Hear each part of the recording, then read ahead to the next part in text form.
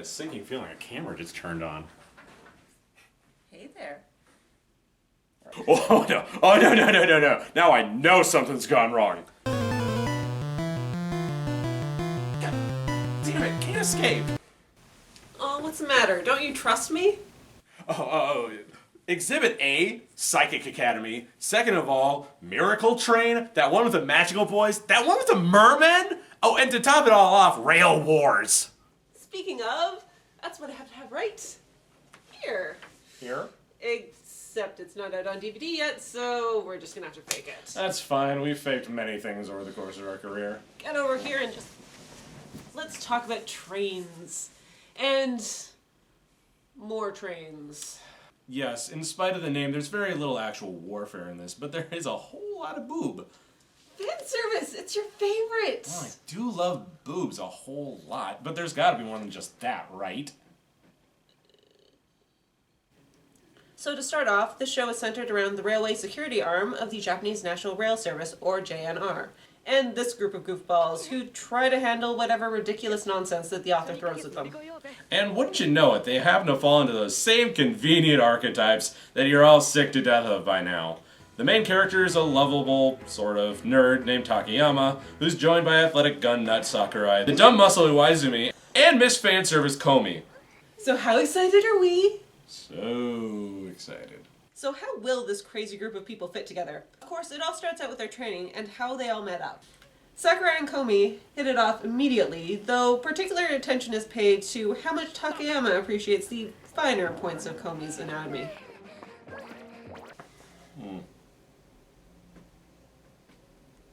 Can you do that? Oh, it's my organs. Mine don't have sound effects. But yes, they'll have their one specific thing that they specialize in. Takayama knows trains and little else. Sakurai shoots guns and frets about being too boyish. Iwazumi is big. Koimi has brains, allegedly, and from the looks of it, she stores them in her chest instead of her head. Gotta make room for all that cotton candy that her hair is made out of. They managed to pass their qualifying exams, thank God. I don't know if I'd be able to handle this if the whole series was just them trying to get into their job. Honestly, I'm shocked that they let Sakurai out to begin with, considering that she offered shooting someone as a solution. Now, I'm a bit confused on this whole train school business. It looks like a high school, but the teacher's a drill instructor. What is this? Is this a cram school, or is it a high school, or is it train school, or what? Well, clearly it's a train cram night, high school, train cram school. Right. A school the size of Dubai in the middle of Tokyo, with a winter room that you can drive trains around in. This is what security forces are for? Did JNR Odd Jobs Task Force just not have the same ring to it? You can't tell the Mook Squad they're mooks, it hurts morale. Their first assignment is to find a dog on a train. This is where Takayama shows off his completely useless superpower of knowing everything about trains. Incidentally, this is also where the budget for the series went. Oh, but then it gets fun. Fun? You mean the show gets canceled halfway through the first episode? Who the hell stands on a ladder in a skirt? Who the hell manages to fall on someone but ends up underneath them?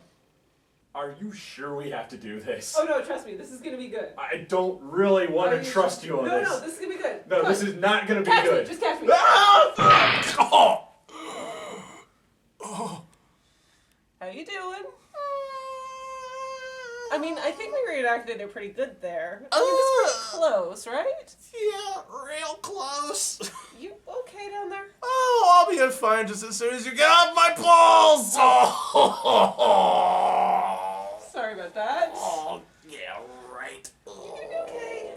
Oh, but in spite of all their attempts at not flirting, they managed to find the dog just in time for a pair of purse snatchers to do their thing.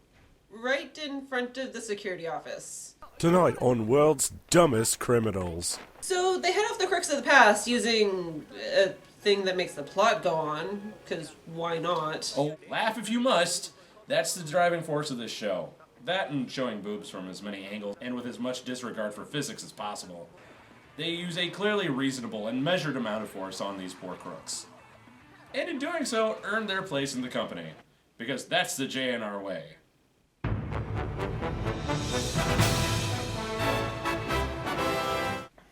And so begins the random and allegedly sexy escapades of our young heroes, who all seem to have no problems dumbing up the place. Let's look at a few highlights, shall we? The bomb episode, in which Sakurai tells him to put his arm between her boobs and then gets mad at him for putting his arm between her boobs. That's entrapment in most states, I'm pretty sure. Good thing she knows how to defuse a bomb. Also, here, hold this is not what you want to hear when you're trying to defuse a bomb. But she goes to town with some liquid nitrogen and saves the day. They should probably all be dead right now. But now Sakurai is all sun for our exceptionally bland protagonists. Do bland protagonists get your motor running? Room. Oh look, childhood friend number 2 got kidnapped! And they didn't instantly throw her into the ocean or kill her in spite of all the drug smuggling they did. Because that's definitely how drug dealers work.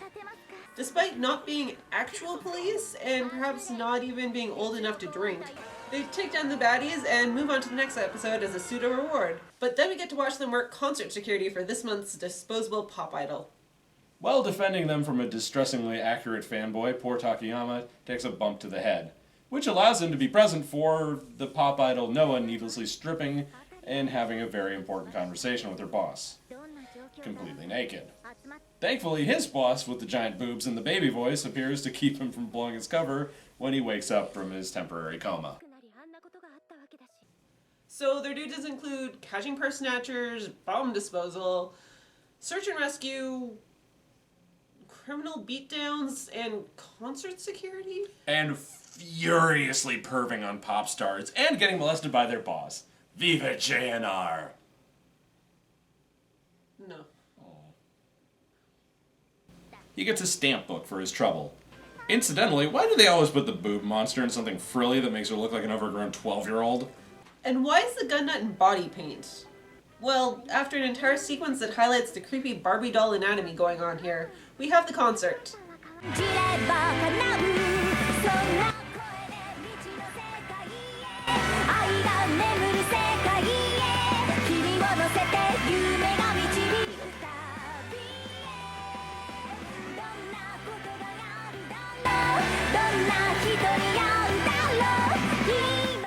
What did anime do with beach episodes before they had insert songs? They were good. Actually, they were shit!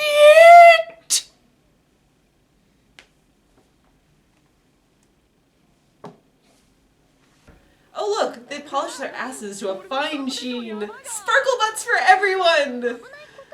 But now it's time for Sakurai to have her character episode. Feeling like Takayama needs to be more of a gun-crazed loon like she is, she drags him out for a quick round of paintball before train school. He gets shot in the face by a paintball, which by right should have him screaming and bleeding all over the place. And in response... oh, right in the baby maker! Ooh, you don't just blush after something like that. After going to work later, with the wound now on the other side of his face, they have to go out on a mission again. Without her power hosiery, she's all blushy and diminished. Get it? Because she's... fuck it, I don't know. There. Hey look, a really interesting and artful shot. And it's used to look at panties. Psychic Academy had so much more dignity than this. That's... oh. Oh Lord. Oh God. Anyway, while chasing this mad bomber, they get made and have to give chase on foot. The bomber gets away after nuking the train tracks, and they have to shoot this... oh fuck it, they shoot the plot thingy to make the story end. Once again, the animation isn't quite sure if he's getting a handful or not from shot to shot. But hey, they save the day and actually leave it to the cops to clean up. Sakurai learns a good lesson about probably bringing a change of clothes with her, I guess? And certainly about not letting people shoot her in the lady bits. Anyway, next episode features way more boobs and way more stupid. The whole team gets put on suspension or house arrest. Whatever happens, Komi and Takayama go out on the lam. Now seems to be a good time to Annie to talk about the animation. It's stanky. Seriously, these characters have about as much stability as a water balloon on stilts.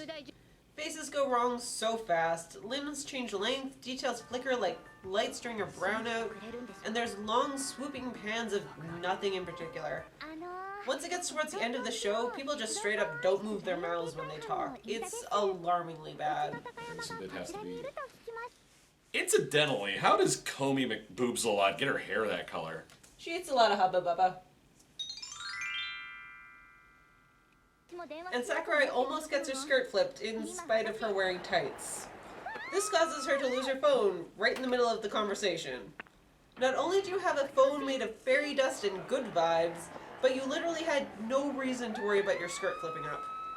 Incidentally, this makes Comey and Takayama think that they're under attack, which Sakurai only makes worse by pulling out a gun and shooting at him. Let's just let that sink in for a minute. She shoots at him in broad daylight from across the street. Clearly they're all just too dumb to live. Comey spends the entirety of episode 6 slowly getting her clothing removed by assassin cats, stray sticks, and thieves in luchador masks. Olay! So he locks her in a closet while the bosses and Sakurai, somehow not in jail for firing off a gun in the middle of the street, save the day. Comey then proceeds to have something of a nervous breakdown and a flashback all in one. Oh, Sakurai's all soon again, because she's getting naked and hugging him. So they get sent off to retraining because they're clearly too lousy at their jobs. But it seems they spend most of the time flirting and being naked. That seems to be the problem with this particular squad of goofballs. Not enough clothing and too much damn time spent being moony-eyed at each other. Also, Moose Knuckle! So let's take a look at this shot. Ow! No, seriously, look at it! Ow! No, the anatomy is bad here. Her ear is all fucked up. Her arm is all fucked up. Ah, goddamn, where's her spine? Ow! All right. Jesus. Puss burrito! Oh. Well, it only gets moosier. But from there on out, we get basically trapped on the same train for a couple of episodes. Oh, but don't think that makes it any less screwy. Noah shows up again to get all flirty with Takayama, which makes it even harder for him to focus on anything but trains. I wonder sometimes if he actually recognizes the difference between male and female, or if it's just train and not train. So, like, he just sees all characters as train and not train? But this is not train. If not train, then what am do? Oh, so do you think, like, when they try to get him in the sack, they have to dress up like trains? He probably makes him go choo-choo just for him. Oh, that's horrifying! Oh, thank you for that mental image. I needed that. You are so welcome. Oh, this show takes me to dark places. So while Takayama is having to decide which girl he wants to dress up as a J491, a rockslide takes out a train line, and Team Derposaurus has to spring into action to bring a transplant organ to a hospital in Yokokawa. So, once again, his absolutely goofy knowledge of trains, train lines, and train accessories get him in what can only be described as a bumper car with pedals to bring this transplant along. This is where Takayama finally takes command and almost gets to be cool. But then he gets to be completely upstaged by Sakurai and Iwazumi. Remember him? Iwazumi gets to sound burly and dumb, and then Sakurai, well, look. Through all of this, they manage to get this pedal car on rails down the line, defying things like reason and logic. However, it's not that simple just to get down the road. It has to be a damn roller coaster. Hey, I'll make the jokes around here, toots. They really pull out all the stops, trying to keep this thing level while it goes around curves that would make the guy from Initial D go steady on. Have you ever seen a train do a drift? You have now! Apparently it takes life-threatening danger to really bring a team together, and make their facial animations just go to pieces. The only time this show doesn't half-ass it is when they're half-assing it. Speaking of half-assing it, this rickety little rust bucket they're rolling around in seems to be in dreadfully poor condition. Every time they get in the clear, they have to deal with more equipment failure. Parts fall off, brakes fail, and not even the power of extreme derpiness from Iwazumi can manage to slow them down enough to make a safe arrival. Looks like we're gonna have to jump! Day is alright for tonight. Riding in a Corvette and feeling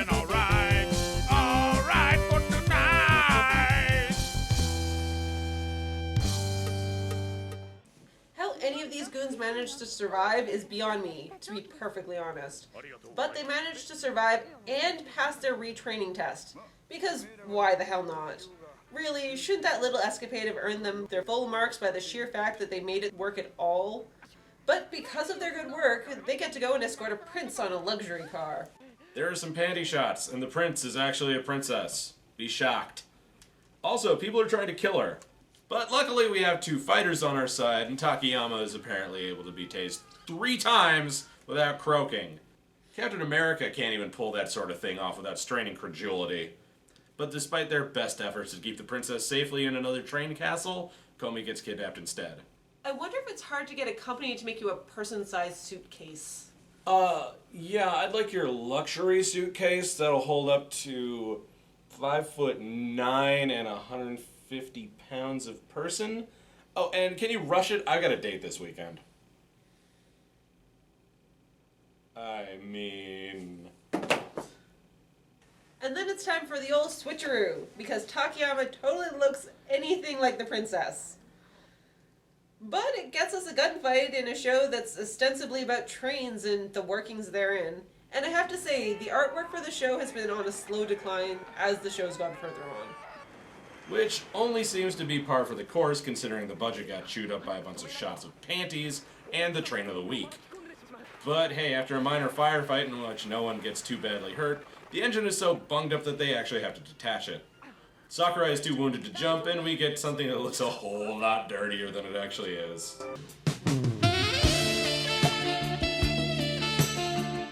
Luckily, the head of the train school, cram rail high train school, comes by in her own train to bail them out because they were most definitely going to die. Trains are dangerous beasts, apparently. So, that's it. That's the end. There was not a 12th episode. And even if there was, it certainly wouldn't have been a painful and pointless episode full of the least interesting parts of the series. No, sir.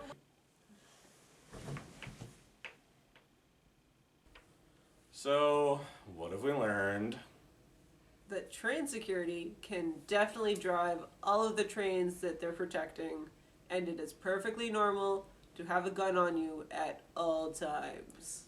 Furthermore, it is completely acceptable to transport organs on a train instead of airlifting them on a chopper to the nearest hospital. And most importantly of all, fan service. Yay!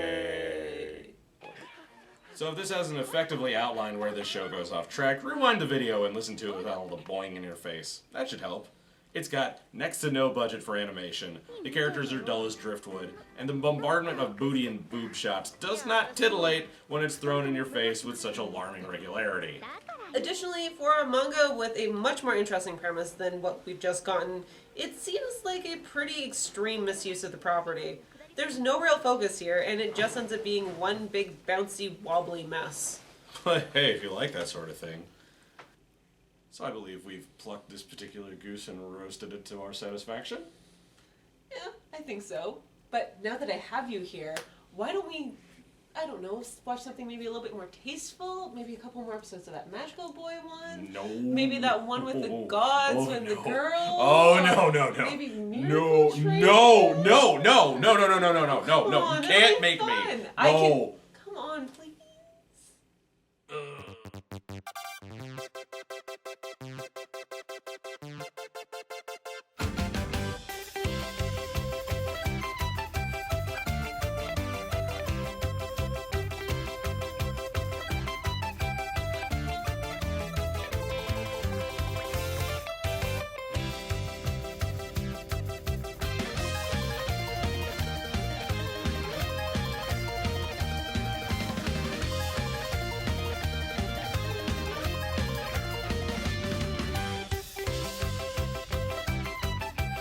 It's sexual, baby. And I want to give it all to you. Yeah, right on. I'm right here for you. I know it's gonna be good to you. Yeah. This doesn't look quite right. This is not what I signed on for. I don't think this is the Magical Boys anime.